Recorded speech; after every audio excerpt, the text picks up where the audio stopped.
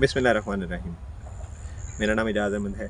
Versatile mentorship के platform से आपको वेलकम बैक। आज गंदम की फसल जो है उसकी बूटिंग स्टेज के हवाले से बात करेंगे। बूटिंग स्टेज पहले आप लोग समझ रहे हैं क्या होती है। फसल जब गोब की हालत से सीटे में कन्वर्ट हो रही होती है, यानी फ्लावरिंग आ रही होती है, उस वक्त जो उस चीज़ को कहते हैं बूटिंग स्टेज। इस फसल में हम अगेती, पछेती और दरमियानी तीनों किस्म की काश्ता फसलों के बारे में बात करेंगे, और इस बारे में बात करेंगे कि आप फसल की जहाड़ को बेहतर किस तरह से कर सकते हैं। क्या इस साल फसलों के जहाड़ पिछले साल की तरह बेहतर होंगे या नहीं होंगे।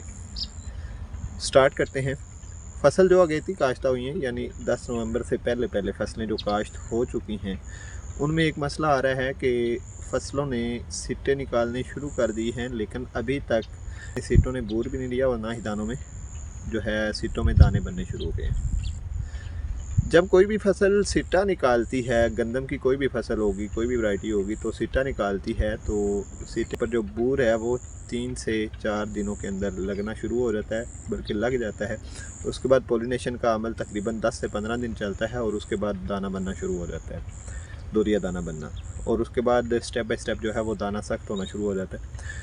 इस दफ़ा जो मसला आ रहा है, जो 10 नवंबर से पहले काश्ता फसलें थी, वो चूँकि इस सीटें निकाल चुकी हैं इस टाइम, कुछ सीटें उनके अंदर जो हैं वो वाइट हो चुके हैं और कुछ सब्ज़ हैं।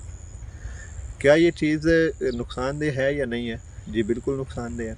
जो सीटें वाइट हो चुके हैं या खुल चुके हैं, वो दाना नहीं लेंगे। आप जो मर्ज़ी फोरियर स्प्रे करें या जो भी आप उसको खाद दें, जो कुछ भी करें, वो बिल्कुल भी जो है ना वो दाने नहीं लेंगे। एक और भी मसला आ रहा है कि फसलों ने सिट्टा निकालना, गोब पे तो आ चुकी थी फसलें, लेकिन सिट्टा निकालने में बड़ा टाइम ले रही हैं। सिट्टा निकालने में आम तौर पे फसल लंबा टाइम नहीं लेती। जब मुकम्मल तौर पे गोब की हालत में होती है फसल, तो वो ज़्यादा टाइम नहीं लेती, लेकिन इस दफ़ा ड्यूरेशन ज़्यादा हो गई है सिट्टा निकालने की। उसकी भी वजह ये है कि ये आपने देखा होगा कि पिछले चंद दिनों में धुंध बहुत ज़्यादा पड़ती रही है।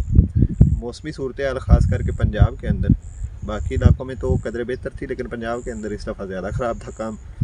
तो पंजाब के अंदर जो मौसमी सूरत हाल है वो काफ़ी ख़राब रही है, जिसकी वजह से जो फसलें अगेती काश्ता फसलें हैं वो गोब पे आने के बाद उसके सिट्टा निकालने में और सिट्टा निकालने के बाद बूर लेने में बड़ा टाइम ले रही हैं।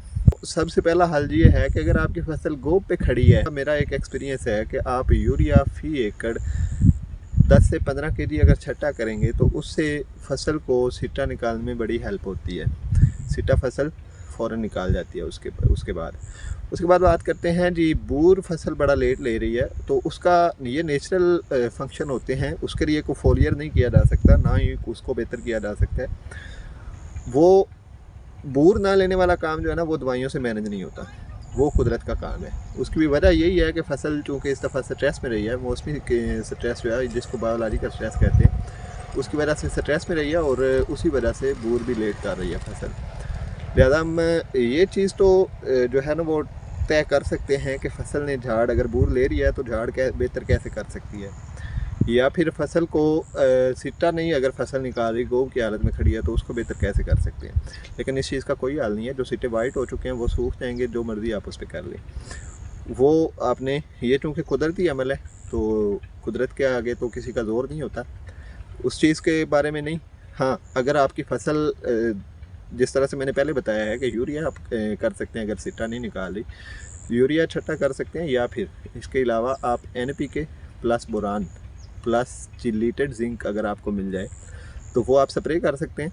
साथ में आप कोई अपना जो है मल्टी न्यूट्रिएंट यूज़ कर सकते हैं, या फिर आप उसके अलावा उस पर बायोस्टिमुलेंट यूज़ कर सकते हैं या अमाइनो एसिड यूज़ कर सकते हैं। इसके अलावा जो फसलें सिट्टा नहीं निकाल रही, उसका अगर आपने झाड़ बेहतर करना है तो झाड़ बेहतर करने के लिए भी ये चीज़ें जो मैंने अभी बताई हैं ये बड़ी यूज़फुल होती हैं।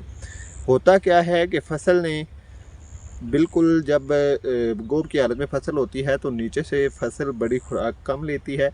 ज़्यादातर फसल खुराक बनाती है अपने पत्तों के ज़रिए से, और पत्तों में भी सबसे ज़्यादा किरदार होता है फ्लैग लीफ का। आपका फ्लैग लीफ जितना खुशहाल होगा उतना आपकी फसल का झाड़ बेहतर होगा। फिर से मैं रिपीट कर देता हूँ कि फसल जो सिट्टे निकाल चुकी है उसके लिए भी आप कुछ ना कुछ तो कर सकते हैं, लेकिन जो सिट्टे वाइट हो चुके हैं वो नहीं सही होंगे।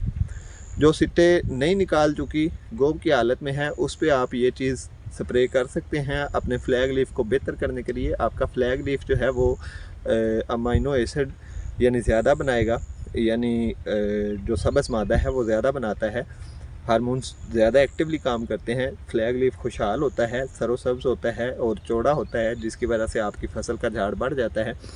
और उसके अलावा जो फसल आपकी सिट्टा निकाल चुकी है, सिट्टा निकालने के दौरान है कि फसल को सोखा नहीं लगने देना। उसके बाद जब आपकी फसल का बूर आके उसके बाद झड़ जाता है, यानी बिल्कुल बूर जो है वो पीला और उसके बाद सूख के गिरना शुरू हो जाता है, उस टाइम आप फसल पे पोटाश का इस्तेमाल भी कर सकते हैं उस चीज़ झाड़ को मज़ीद बेहतर बनाने के लिए, फ्लैग लीफ को मज़ीद बेहतर बनाने के लिए। इसके अलावा एक और चीज़ ये है कि आप बोरान का इस दफ़ा कोशिश करनी है कि इस्तेमाल यकीनी बनाएं। बोरान और पोटाश बड़ा अहम किरदार अदा करती है फसल के अंदर, और बोरान भी बड़ा अहम किरदार अदा करता है जब मौसम को मुवाफिक नहीं होता फसल के लिए। मिलते हैं नेक्स्ट वीडियो में। अल्लाह हाफिज़।